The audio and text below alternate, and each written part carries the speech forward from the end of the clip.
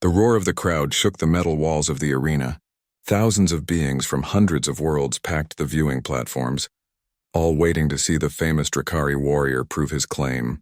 Kelros stood in the center of the combat floor, his purple armor gleaming under the bright lights. Beside him, chained but not cowed, stood Shadowfang. The dragon was magnificent. Black scales covered his body like polished obsidian, and his wings stretched wide enough to cast shadows over half the arena. His eyes glowed amber, and smoke drifted from his nostrils with each breath.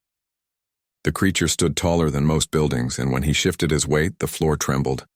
"Who among you dares?" Kelros shouted, his voice amplified across the space.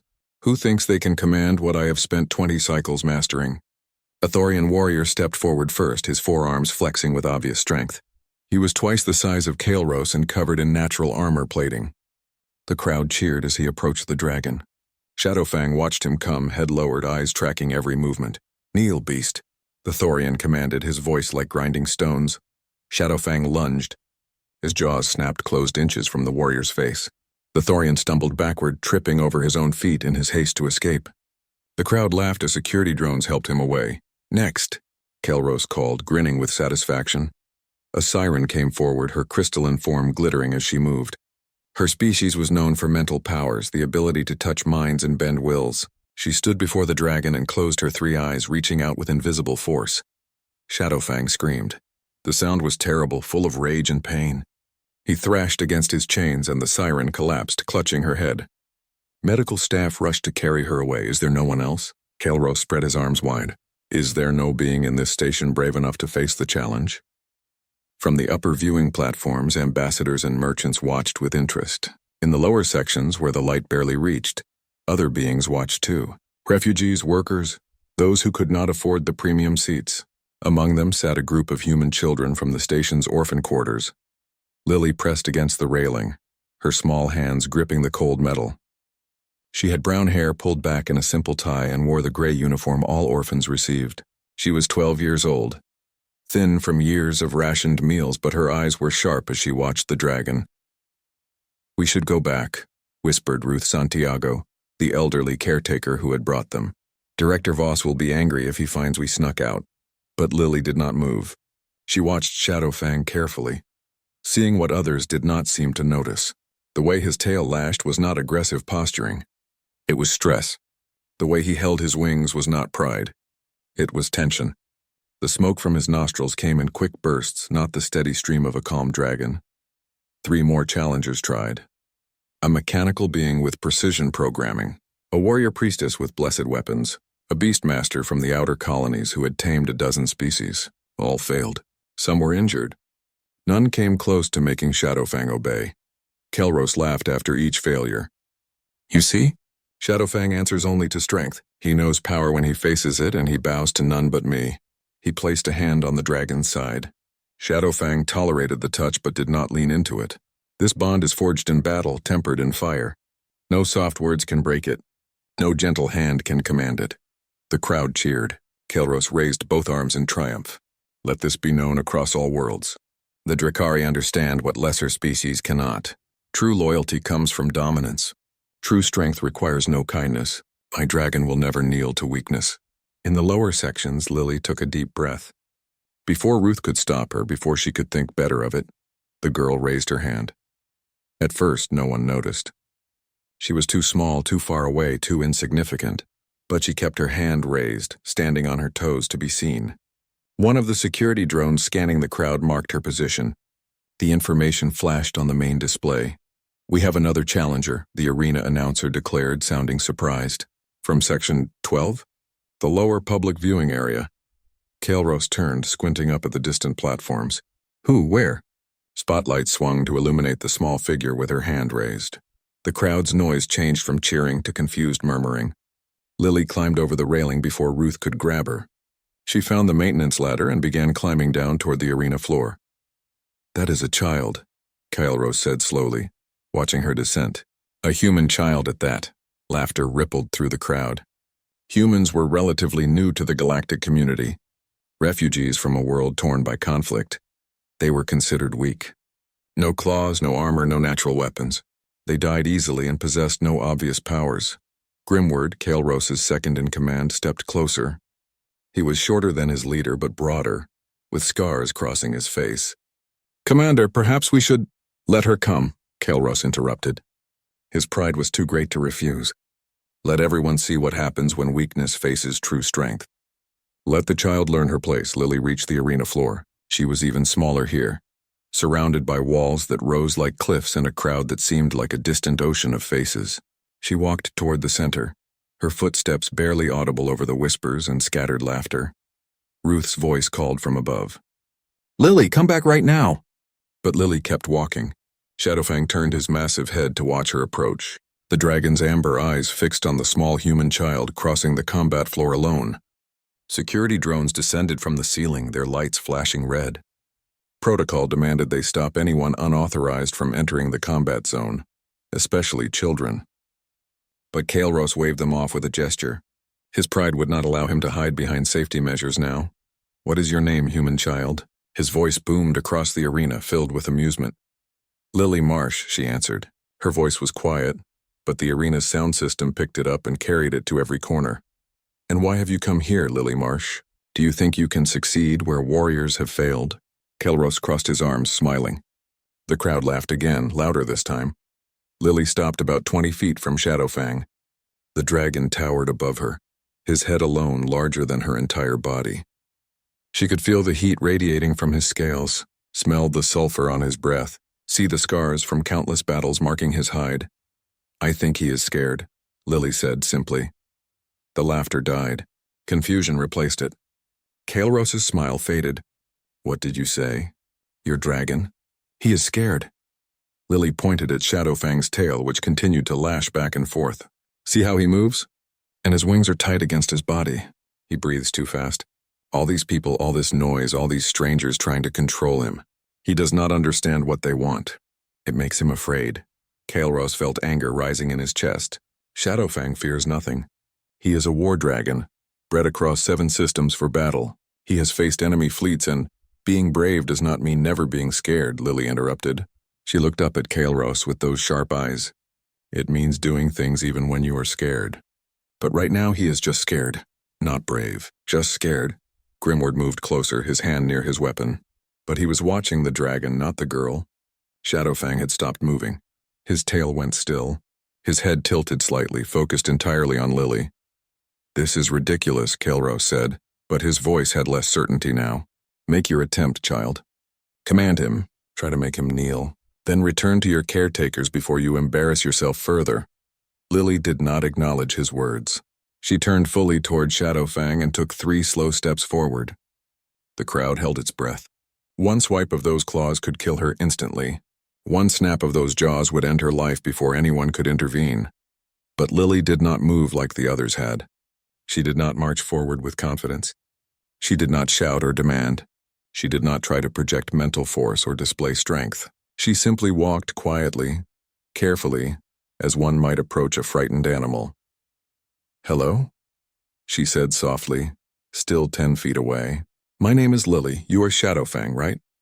The dragon's eyes tracked her movement. One of his front claws scraped against the floor, leaving deep marks in the metal. "I am not going to hurt you," Lily continued. Her voice was barely above a whisper, but in the silent arena, everyone heard it. "Nobody here is going to hurt you. I know it does not feel that way. I know everything is loud and bright and too much. I know everyone keeps trying to make you do things and you do not understand why." She took another step, then another. She was within reach now. If Shadowfang wanted to strike, he could. Every security officer in the arena had their hand on emergency controls.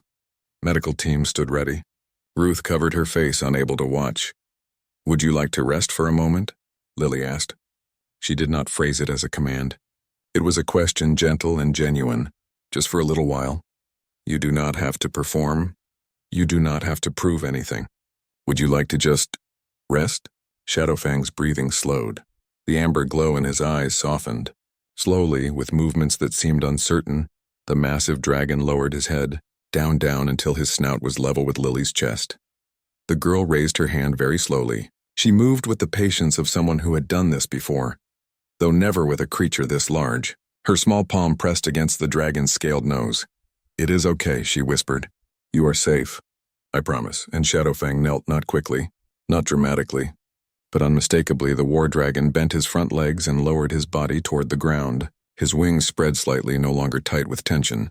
His tail settled on the floor with a heavy thump. The arena was silent. Thousands of beings from hundreds of worlds simply stared. Kael'ros stood frozen, his mouth slightly open. Grimward's hand fell away from his weapon, his eyes wide. Lily smiled. She stepped closer and placed both hands on Shadowfang's head, right between his eyes. The dragon made a sound, low and rumbling, that was almost a purr. His eyes closed halfway. "There you go," Lily said, her voice full of warmth. "That is better, is it not?" She looked at Kael'ros then, and there was no triumph in her expression. No smugness. Only simple truth. He just needed someone to listen. The first person to move was Ruth. She rushed down the ladder with surprising speed for her age, reaching the arena floor and running toward Lily. But she stopped when she saw the scene up close. The massive dragon, calm and peaceful. The small girl, gently stroking his scales. There was no danger here. "Not anymore, how?" Kael'ros finally managed to speak. "How did you do this?" Lily turned back to Shadowfang, running her hand along his neck. "I did not do anything. I just asked him what he needed. He told me in his way, so I listened." Grimward approached slowly, studying the dragon with new eyes. "She did not command," he said quietly. "She did not force. She understood." The crowd began to react. Some species called out accusations of tricks or drugs. Others demanded to know humanity's secret. A few simply watched in stunned silence, their understanding of strength beginning to shift. Director Voss pushed through the crowd control barriers, his face red with anger. He was a Centaurian, built short and wide, with administrative authority over the station's refugee sections. Right now, that authority felt threatened by a 12-year-old girl who had just made galactic news. "What is the meaning of this?" he demanded, pointing at Ruth. "These children were supposed to be in educational sessions. You were supposed to supervise them, not bring them to public events." Ruth opened her mouth to respond, but Lily spoke first, still keeping her hands on Shadowfang. "Please be quiet, sir. You are making him nervous again." Voss's face went from red to purple. "You do not tell me to be quiet. You're in serious trouble, young lady.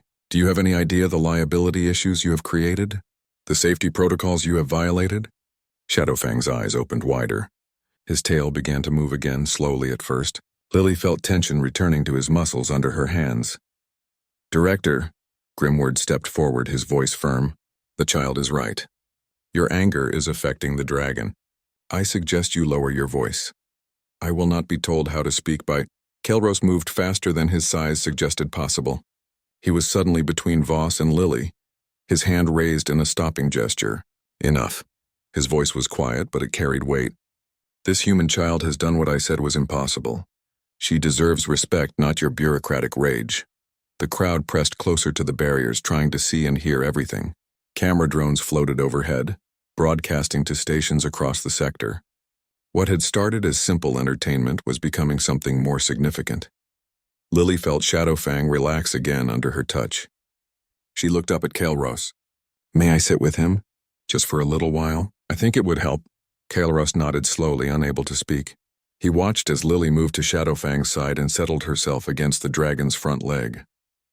The creature shifted position slightly, moving his wing to provide shade for the small human. Then Shadowfang laid his head down completely, resting it on the arena floor beside Lily. His eyes closed. His breathing became deep and even. Within moments, the fearsome war dragon looked almost peaceful. An old woman in expensive robes descended from the premium seating area.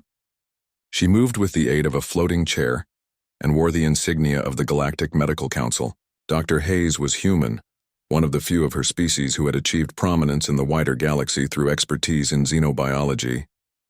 "Remarkable," she breathed, studying the scene. She turned to face the crowd, her voice amplified by her chair's systems. "What you are witnessing demonstrates a capability we have been documenting in human refugees. The ability to read and respond to emotional states across species barriers." A Thorian in the crowd called out, "That is impossible.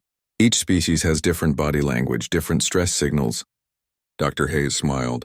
"Exactly. Which makes humanity's talent all the more significant." She gestured to Lily. Humans evolved as persistence hunters and deeply social creatures.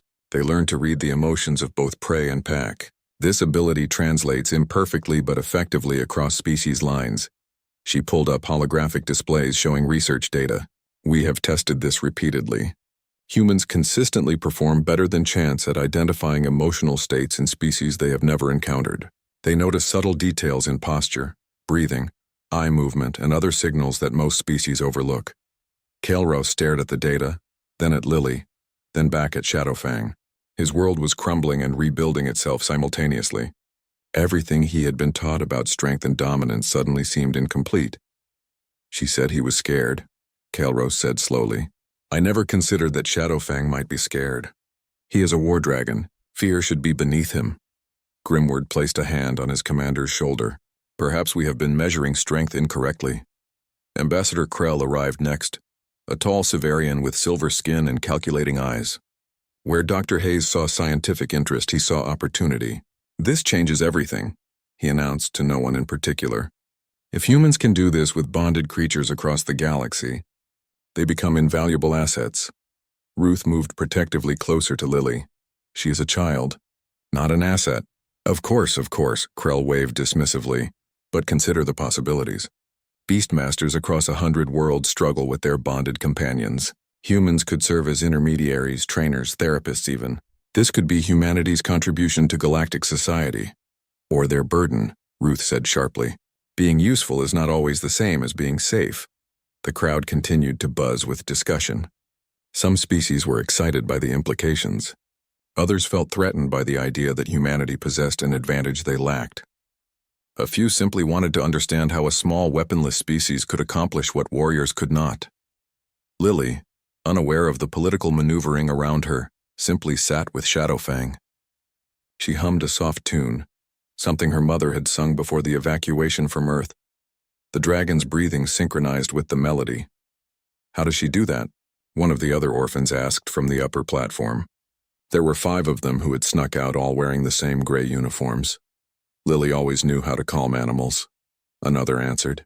Back at the shelter, even the guard dogs loved her.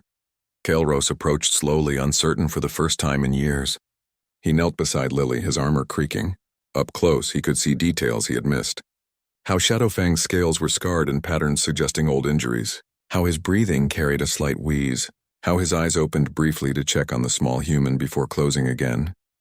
I have owned Shadowfang for 20 cycles, Kael'ros said quietly. I thought I knew everything about him. You owned him, Lily replied, not unkindly. But did you ever ask him what he needed? The question hung in the air. Kael'ros had no answer. The station's administrative offices filled rapidly with beings who wanted to be part of whatever came next. Ambassador Krell had called an emergency session of the resident council, citing matters of significant diplomatic importance. Translation: he smelled profit and influence. Lily sat in a chair too large for her, Ruth standing protectively behind her. Director Voss paced near the windows, still angry but now uncertain if his anger was justified. Kael'ros and Grimward stood against one wall, the Drakari warrior looking smaller somehow despite his armor. The question before us, Krell began, his voice smooth as oil, is how to properly utilize this discovery. Humans possess a valuable ability. The galaxy needs that ability. Surely we can reach an arrangement. They are refugees, not resources, Ruth said sharply, and Lily is a child. Whatever you are planning, she will not be part of it. Krell smiled, showing too many teeth. Of course we want what is best for the children. That is why I propose establishing a training program. Humans could learn to work with bonded creatures across the station. They would receive education, housing, stipends. Everyone benefits. You want to put them to work, Ruth translated. You want to turn orphans into tools. I want to give them purpose and value in galactic society, Krell countered. Would you prefer they remain in those dormitories, eating ration paste and learning basic trades? This way they become specialists, respected, needed. Dr. Hayes entered the room with datapads floating around her chair. I have been compiling research on human empathic abilities. The evidence is significant but not unlimited. Yes, humans show increased capability in reading cross-species emotional states, but it is not universal. Some humans are better than others. It requires practice, patience, and emotional intelligence. She looked at Lily with kindness. What this child did was impressive, but we should not assume all humans can do the same, and we certainly should not force them to try. Kelros spoke for the first time since entering the room. His voice was quiet, almost subdued. She made it look easy, but I watched her approach. Every movement was careful. Every word was chosen. She was not just reading Shadowfang. She was responding to him. That requires skill. Skill that could be taught, Krell pressed. Or exploited, Ruth fired back. The argument continued, voices rising. Lily stayed quiet, watching the adults debate her future without really asking her opinion. She was used to this. Orphans learned early that adults made decisions and children accepted them. But Grimward noticed her silence. He moved closer, his heavy footsteps drawing attention. Has anyone asked the child what she wants? The room fell quiet. All eyes turned to Lily. She felt small under their gazes, like she was being evaluated for worth. I just wanted to help, she said softly. Shadowfang was upset. I could see it. So I helped. That is all. But would you want to do it again? Krell asked eagerly. Would you want to help other creatures? Work with other beings who need that understanding? Lily thought about it carefully. If they need help, yes. But not because I have to. Because I want to. Ruth squeezed her shoulder gently. That is exactly right, dear. Ambassador Krell looked ready to argue further, but Dr. Hayes interrupted. Let me share something relevant. She projected an image on the room's main display. It showed Lily approaching Shadowfang moment by moment, with data overlays indicating stress markers in both human and dragon. Notice here, Hayes pointed. Lily's heart rate is elevated. Her breathing is controlled but shallow. She is afraid. But she approaches anyway because she recognizes the dragon needs help more than she needs safety. Hayes turned to face the council members. That is not just skill. That is character. You cannot train character. You cannot mandate it, and you absolutely cannot exploit it without destroying the very quality that makes it valuable. Kael'ros stood straighter, something crystallizing in his mind. I have a request, Krell turned to him. Yes? I want Lily to teach me. Silence again, but different this time. Surprised rather than tense. Teach you what? Grimward asked, though he was beginning to understand. How to see what she sees. How to understand what Shadowfang needs. Kael'ros looked at Lily directly. I have been his master for 20 cycles, but I have never been his friend. I want to change that. Will you help me? Lily studied the big warrior. She saw pride there still, but also genuine confusion and a desire to learn. She nodded. I can try. Over the next 2 hours, the council debated and decided. No mandatory programs. No forced labor. But humans who wanted to help would be given opportunities. Training would be available. Compensation would be fair. And it would all be voluntary. Director Voss, his anger finally cooling, spoke up. The orphans are my responsibility. Any programs involving them must go through proper channels and include appropriate supervision. Ruth nodded agreement. And education continues. Whatever else happens, the children still need regular schooling. Of course, Krell agreed, though he looked less enthusiastic now that his grand plans had been reduced to reasonable policies. As the meeting ended, and beings filed out, Kael'ros waited for Lily. When they were relatively alone, he knelt to put himself at her eye level. I was humiliated today, he said quietly. My pride was broken in front of thousands. Part of me wants to be angry at you for that. Lily tensed, but Kael'ros shook his head. But a larger part of me is grateful. You showed me I have been hurting my closest companion without knowing it. That is a gift, even if it does not feel like one yet. He offered his hand, human style. Thank you, Lily Marsh. She shook his hand, her small fingers disappearing in his grip. You are welcome, Kael'ros. And I think Shadowfang will be happy that you want to understand him better. Outside the administrative building, other orphans waited for Lily. They crowded around her, asking questions, excited by the adventure. Ruth herded them all toward the transport back to their quarters, but word had already spread. Across the station, beings with bonded creatures began asking questions. Could humans really help? Was it worth trying? And most importantly, what else could humans do that the galaxy had not yet discovered? 3 days after the arena incident, Kael'ros stood outside the human refugee quarters feeling distinctly uncomfortable. He wore simple clothes instead of armor, carrying no weapons. Shadowfang waited in a hangar nearby, the dragon having been transported with great care and much paperwork. Ruth answered the door, her expression skeptical. "You are early." "I'm eager to learn," Kael'ros replied. "Is that wrong?" "It is unusual." Ruth studied him for a long moment, then stepped aside. "Lily is in the common room. Remember, this is a home for children. Keep your voice gentle." Inside, the orphanage was smaller than Kael'ros expected. Narrow hallways, shared bedrooms, a common space with mismatched furniture. Human children ranged from toddlers to teenagers, all watching the big alien warrior with curiosity and caution. Lily sat at a table, drawing something on a datapad. She looked up and smiled. "Hello, are you ready?" "I do not know," Kael'ros admitted. "How does one learn to see differently?" "By listening first." Lily stood and gestured for him to follow. "Come, we will start with questions." They walked to the hangar where Shadowfang waited. The dragon perked up immediately when he saw Lily, his tail swishing in what she recognized as happiness. He tolerated Kael'ros but did not show the same enthusiasm. "Tell me about Shadowfang," Lily said. "How did you get him?" Kael'ros began the story he had told 100 times. The breeding program, the selection process, the bonding ceremony where young warriors were matched with young dragons. But Lily stopped him. "No, not that story. Tell me about him. What is he like? What makes him happy? What annoys him?" Kael'ros opened his mouth and closed it. He realized with uncomfortable clarity that he did not know. He likes battle?" "Does he?" Lily approached Shadowfang, offering her hand. The dragon nuzzled against it.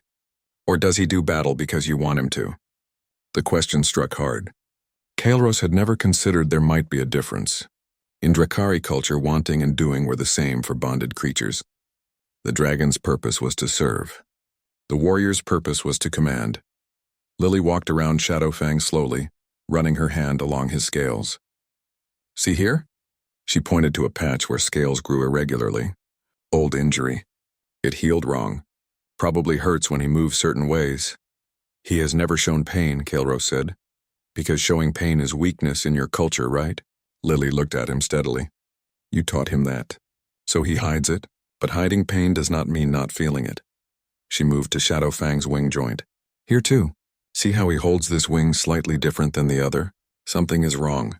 Not broken, but not right either. Does he get medical care? After battles. If he is injured, but not regular care. No checkups?" Kael'ros felt defensive. "He is strong, healthy. He does not need—" "Everyone needs care," Lily interrupted gently. "Strong things break harder if they are not maintained. My mom used to say that about machines, but I think it is true for living things too." She sat down cross-legged in front of Shadowfang. The dragon lowered himself to her level immediately, seeking that comforting presence. Lily gestured for Kael'ros to sit as well. "Watch his eyes," she instructed. "Not just that they are open or closed. Watch how he blinks, how they move, how they focus. Eyes tell you so much." They sat in silence for 10 minutes. At first, Kael'ros saw nothing special, just a dragon looking around. But gradually, as Lily pointed out details, patterns emerged. Shadowfang's eyes relaxed when looking at Lily. They tightened when looking at the hangar doors. They went distant and sad when looking at Kael'ros. "He is disappointed in me," Kael'ros said quietly. "No, he is confused by you." Lily kept her voice soft. "You have been two different people to him lately. The one who demands and controls, and the one who sat with me quietly after the arena. He does not know which one you are." Kael'ros felt something crack inside his chest. Pride, maybe, or the armor he had built around emotions.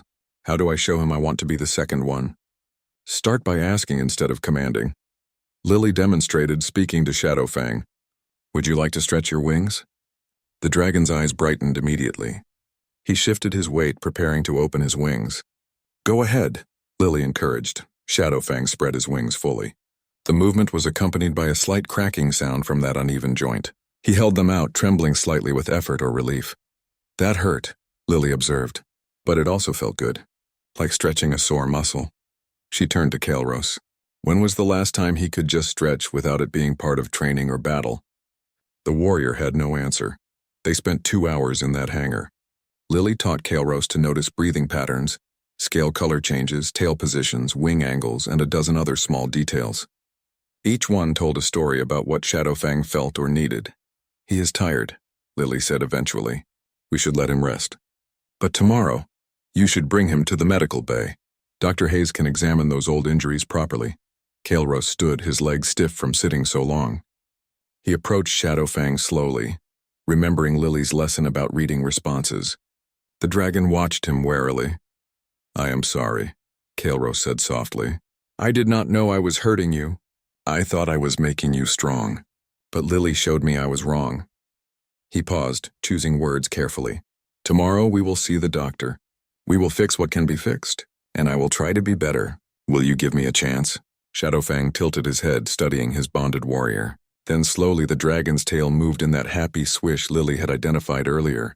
It was small, uncertain, but it was there. Kael'ros felt tears on his face and did not bother to hide them. Over the following weeks, word spread through the station. Other beings approached the human orphans tentatively at first, then with increasing frequency. A Neruvian trader whose cargo beast had become depressed, a security officer whose scanner creature kept malfunctioning, a wealthy family whose pet was sick with no physical cause. Lily and the other children helped when they could. They did not always succeed. Some problems were medical, not emotional. Some creatures were too different for even human empathy to read, but often enough they found solutions others had missed. The orphans became known, respected, valued not for military power or economic contribution, but for simple understanding and kindness. The alarm cut through the station like a knife, sharp and terrifying. Lily sat up in her bunk, heart pounding. Around her, the other orphans stirred in confusion and fear. Red emergency lights painted everything in shades of blood. Ruth burst through the door. Everyone up! Quickly but calmly. We are moving to the interior shelters. What is happening? Someone asked. Ships approaching. Unknown configuration. Security thinks they might be raiders. Ruth started herding children toward the hallway. Stay together. No one gets left behind. Through the station's windows, Lily glimpsed dark shapes against the stars. They moved wrong, jerky and aggressive like predators circling prey. The station's defense systems should have been activating, should have been creating the energy shields that protected them. But nothing happened. Down in the engineering levels, Director Voss screamed into communicators while technicians ran in panic. The bioenergy creatures that powered the station's main systems were going berserk. These were specially bred beings, half animal and half living battery, designed to convert their life energy into power the station could use. But something about the approaching ships, some frequency they emitted, or perhaps just the fear in the air, had driven the creatures into panic.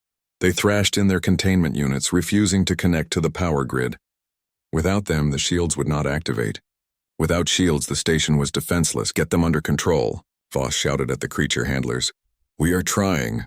They will not respond to any commands. The head handler, a Vorkian with decades of experience, looked truly frightened. I have never seen them like this. It is like they cannot even hear us. Security forces rushed to defensive positions, but everyone knew the truth. Without shields, those ships outside could tear through the station's hull like paper. Evacuation pods were being prepared, but there were not enough for everyone. There would have to be a lottery, choosing who lived and who stayed behind. In the shelter, Ruth counted her children. All present, all scared but safe for now. She tried to think of comforting words but found none. The adults had no more certainty than the children. Lily listened to the announcements filtering through the speakers. Technical words she did not fully understand, but the fear underneath was clear. Then she heard something that made her stand up. The power creatures are panicking and will not respond to handlers. Sit down, dear, Ruth said gently. They need help, Lily replied. She looked around at the other orphans. They understood before Ruth did. The creatures are scared. That is why they will not work. Someone needs to calm them. Absolutely not, Ruth said firmly. You children are staying here where it is safe. Safe until the shields fail and those ships attack, said Peter, one of the older boys. He was 14, and had always been protective of the younger children. If we can help, we should help. The debate was cut short by the arrival of Kael'ros and Grimward. The Drakari warriors had fought their way through panicking crowds to reach the human quarters.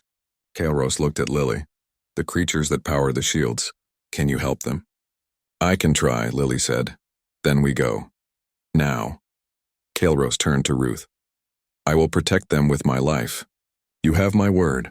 Ruth wanted to refuse. Every instinct screamed to keep the children safe. But she looked at their faces and saw determination. She thought about everyone else on the station who would die if the shield stayed down. She made the hardest choice of her life. Lily, Peter, David, Michelle. She named the 4 oldest, the ones with the most experience. Go, the rest stay with me. The journey to engineering was chaos. People running. Alarms blaring. But Kael'ros and Grimward cleared a path, their warrior presence parting the crowd. They reached engineering in minutes that felt like hours. The bioenergy creatures were kept in specialized chambers. There were 12 of them, each one unique but all bred for the same purpose. They looked vaguely like a cross between jellyfish and electricity, pulsing with inner light and crackling energy. Right now they bashed against their containment, mindless with fear. "This is insane," Director Voss said when he saw the children. "They cannot possibly—" "Let them try," Dr. Hayes interrupted. She had arrived moments before, her floating chair damaged but functional. "We have no other options." Lily approached the first chamber. The creature inside was beautiful and terrifying, its energy arcing wildly. She placed her hands on the transparent wall. "Hey," she said softly, "I know you are scared. Those ships outside feel dangerous, do they not?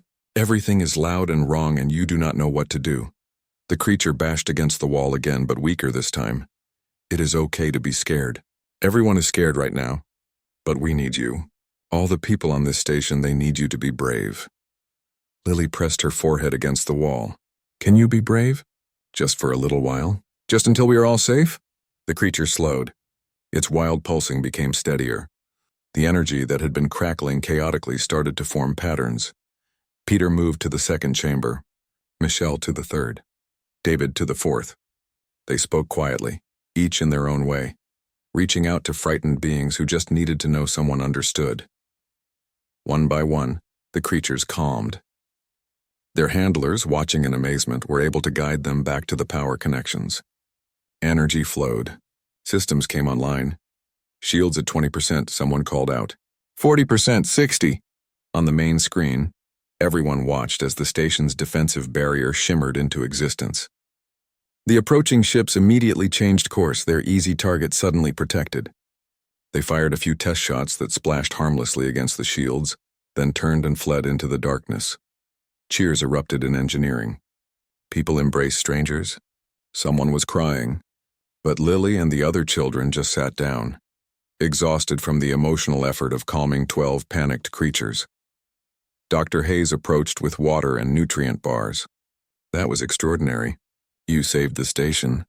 "We just talked to them," Lily said tiredly. "They were scared. So we helped." Kael'ros knelt beside her. In the past weeks, he and Shadowfang had become genuinely close, learning to communicate in ways he had never imagined possible.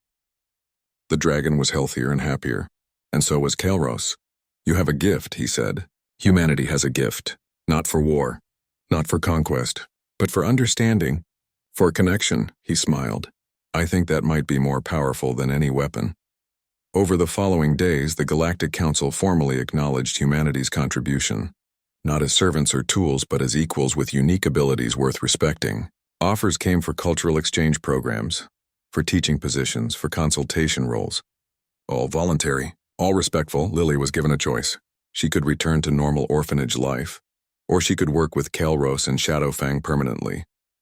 A partnership rather than an employment. She would receive education, training in both human and Drakari methods, and eventually become the first human certified in cross-species companion therapy. She chose the partnership. On her first official day, Lily stood in an open space on the station's outer ring. Kael'ros had helped her get fitted with proper safety gear, all sized for someone her age. Shadowfang waited patiently, wearing a special harness designed for carrying passengers. "Are you ready?" Kael'ros asked. Lily climbed onto Shadowfang's back, settling into the secure seat. The dragon turned his head to look at her, and she saw trust in those amber eyes, trust and friendship. "I am ready." Shadowfang's wings spread wide. With a running start and a powerful leap, they launched into the space beyond the station. Lily held on tight, feeling the rush of acceleration and the impossible freedom of flight. Below them, the station rotated slowly, a city of light in the darkness. Above them, stars scattered to infinity. Shadowfang flew steady and smooth, no longer the stressed battle creature from the arena. He was content now. Understood. valued not just for his strength but for himself. Kael'ros watched from the observation deck, Grimward beside him. "You were right to let her teach you," Grimward said. "Look at him. Look at both of them." "I was a fool," Kael'ros replied. "I spent 20 cycles trying to prove my strength by dominating Shadowfang. And a child showed me that real strength is knowing when to kneel yourself." Out in the space between the stars, Lily laughed with pure joy. She had started as an overlooked orphan, one of thousands displaced by galactic conflicts. Now she was the girl who made a dragon kneel, not through force but through understanding. The girl who helped save a station not with weapons but with empathy. Humanity had found its place in the galaxy, not as the strongest or the fastest or the most advanced, but as the ones who listened. The ones who understood. The ones who could look at fear and pain in any species and know how to help. And sometimes that was the most powerful thing of all.